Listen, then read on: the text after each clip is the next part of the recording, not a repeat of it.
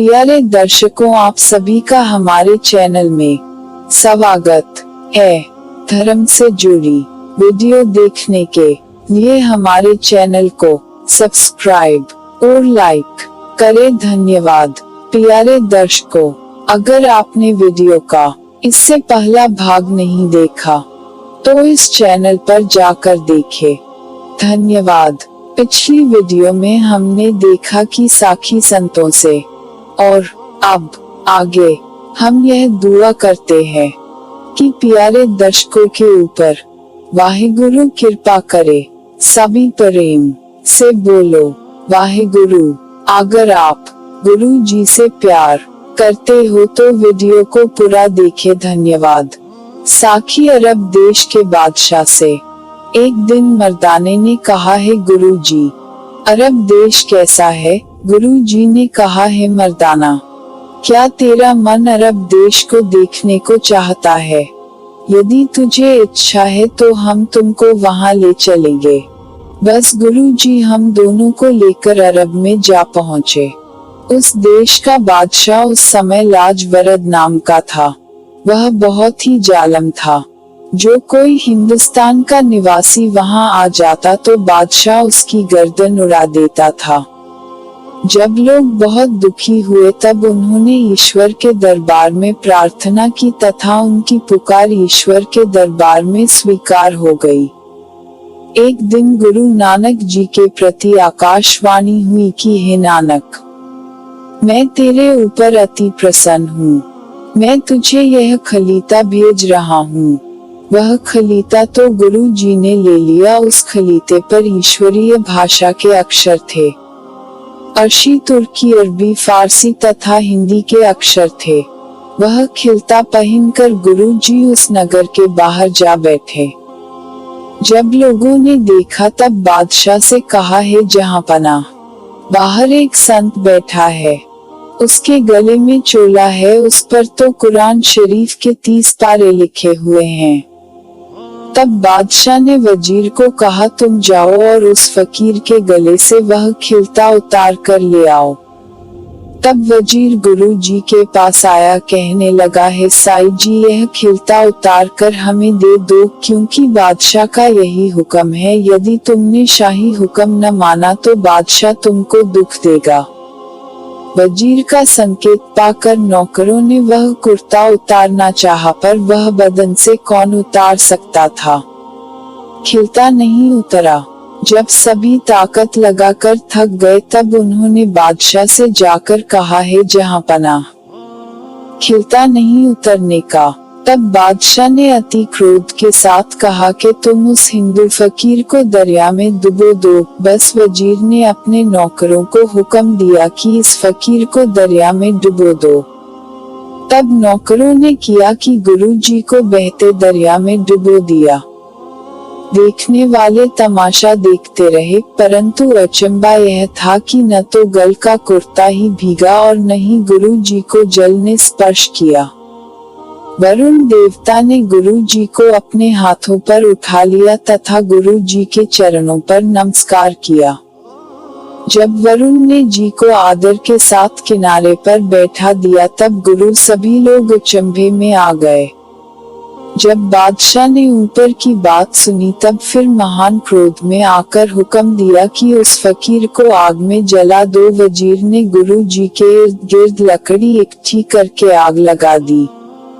उसी समय अग्नि देव ने गुरु जी के चरणों पर नमस्कार किया तथा आग में गुरु जी का कुछ भी बिगड़ने नहीं दिया। फिर देखने वाले लोग अत्यंत ही परेशान हो गए।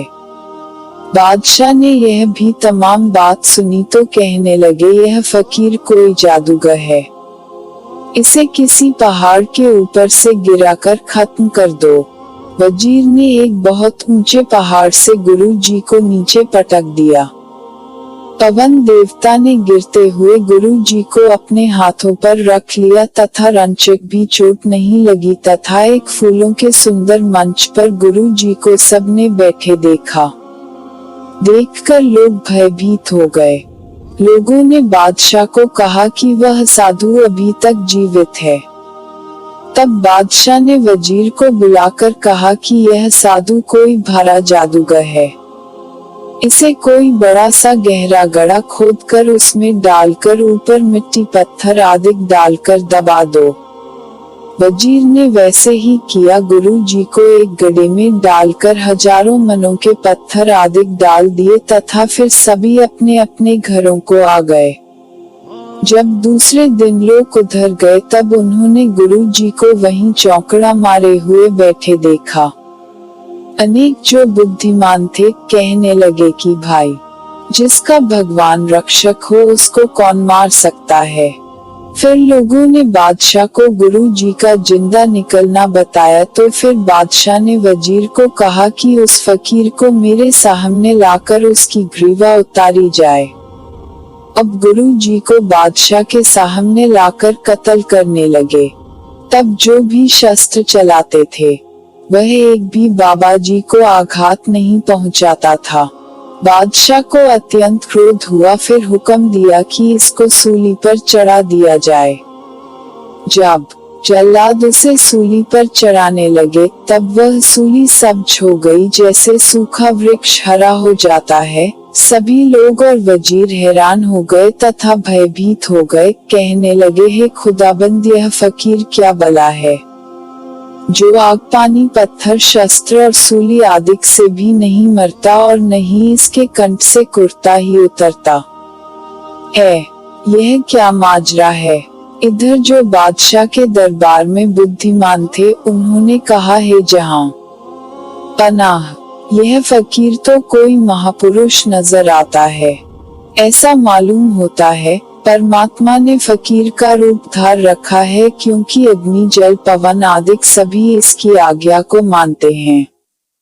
हमें तो यह मालूम होता है कि यह साधु नहीं परमात्मा ही है, तुम्हारी परीक्षा लेने आया है। इधर तो यह बातें हो रही थी, उधर मर्दाने ने और मैंने बाले गुरु जी से प्रार्थना की कि हे गुरुदेव, यह बादशाह अत्यंत पापी है, इसे दंड अवश्य ही देना चाहिए। तब गुरु जी ने हंसकर उत्तर दिया, हे बाला और मर्दाना, जो कुछ प्यारे की इच्छा है वही हो रहा है। हमें तो उस परमेश्वर की आज्ञा है कि हम संसार को अच्छे मार्ग पर लगाएं। जैसी किसी की प्रकृति होती है वह वैसा ही कर्तव्य करता है, और जिसकी रक्षा ईश्वर करता है उसको कौन मारन वाला है। जो पुरुष जैसा कर्म करता है उसका फल वह परमात्मा ही देता है। हमारा किसी से कोई वैर विरोध नहीं है, जो पाप करेगा उसका उत्तरदायित्व उसी पर ही होगा। हे मर्दाना, तुम शांत रहो, जो कुछ होता है उसे देखते जाओ। मनुष्य की प्रकृति ही ऐसी है कि जब इससे कोई महान कुकर्म हो जाए तब स्वाभाविक इसे अपने कृत्य से ग्लानि हो जाती है तथा पश्चाताप से जलने लग जाता है। बादशाह की आंख खुली तब वह नंगे पैर और कट में कपड़ा डाले तथा मुख में घास लेकर श्री गुरु जी के चरणों में उपस्थित हुआ तथा त्राहिमा त्राहिमा के शब्द कहने लगा, है महाराज, मैं अधम हूँ, पापी हूँ, आप मुझे क्षमा कर दें। मैं भारी गुनाहगार हूँ और आप बख्शनहार हैं, मुझ पर कृपा करो। मैं आपका दास हूँ। फिर कांपता कांपता बादशाह गुरु जी महाराज के ऊपर ही गिर गया तथा फिर हाथ बांधकर कहने लगा, है खुदा के रूप फकीर जी, आप मेरे सहित मेरे देश को क्षमा कर दो। मेरे तो भय से प्राण सूख रहे हैं। आप दयालु हो, सभी कुछ आपके ही यश में है। फिर बहुमूल्य भेंट गुरु जी के आगे रखकर लाख प्रकार से प्रार्थना की और कहा कि आगे से जैसे आपकी आज्ञा होगी वैसे ही किया जाएगा। गुरु जी ने कृपा करके कहा, है बादशाह, हम तब तेरे पर प्रसन्न होंगे जब तू यह प्रण करे कि मैं आगे से किसी मनुष्य को दुख नहीं दूंगा तथा पक्षपात को छोड़कर सदैव न्याय करूंगा। नेक रहूंगा। यदि तुमने प्रण करके फिर भी वैसा ही बुरा कर्तव्य रखा तो याद रखो फिर तुमको भारी दोज़ख में डाल दिया जाएगा और फिर कभी तुम्हारे ऊपर कृपा नहीं की जाएगी। बादशाह ने कहा, है गुरुदेव, अब तो मुझ में एक तिनका भी तोड़ने की सामर्थ्य नहीं है। जैसे आप आता दोगे उसी प्रकार समस्त आयु भर करूंगा। यह मेरा सच्चा प्रण है। गुरु जी ने कहा, देखो उस परमात्मा का नाम जपो और अपने देश में लंगर की प्रथा चलाओ। गरीबों की पालना करो, पापों को दूर से ही त्याग दो। न्याय करो, सिफारिश न मानो। तब बादशाह गुरु जी की सभी आज्ञाएं स्वीकार की तथा उसी दिन गुरु जी का शिष्य बन गया। जब देश का बादशाह ही गुरु जी का मुरीद हुआ तो फिर प्रजा कब पीछे रहने लगी थी, क्योंकि कहा है कि यथा राजा तथा प्रजा। इस प्रमाण के अनुसार सभी जनता श्री गुरु नानक देव जी महाराज की शिष्य हो गई। अब गुरु जी कुछ दिन उस बादशाह के मेहमान रहकर फिर भ्रमण पर चले गए। अगला भाग देखने के लिए चैनल को सब्सक्राइब और लाइक करें। धन्यवाद।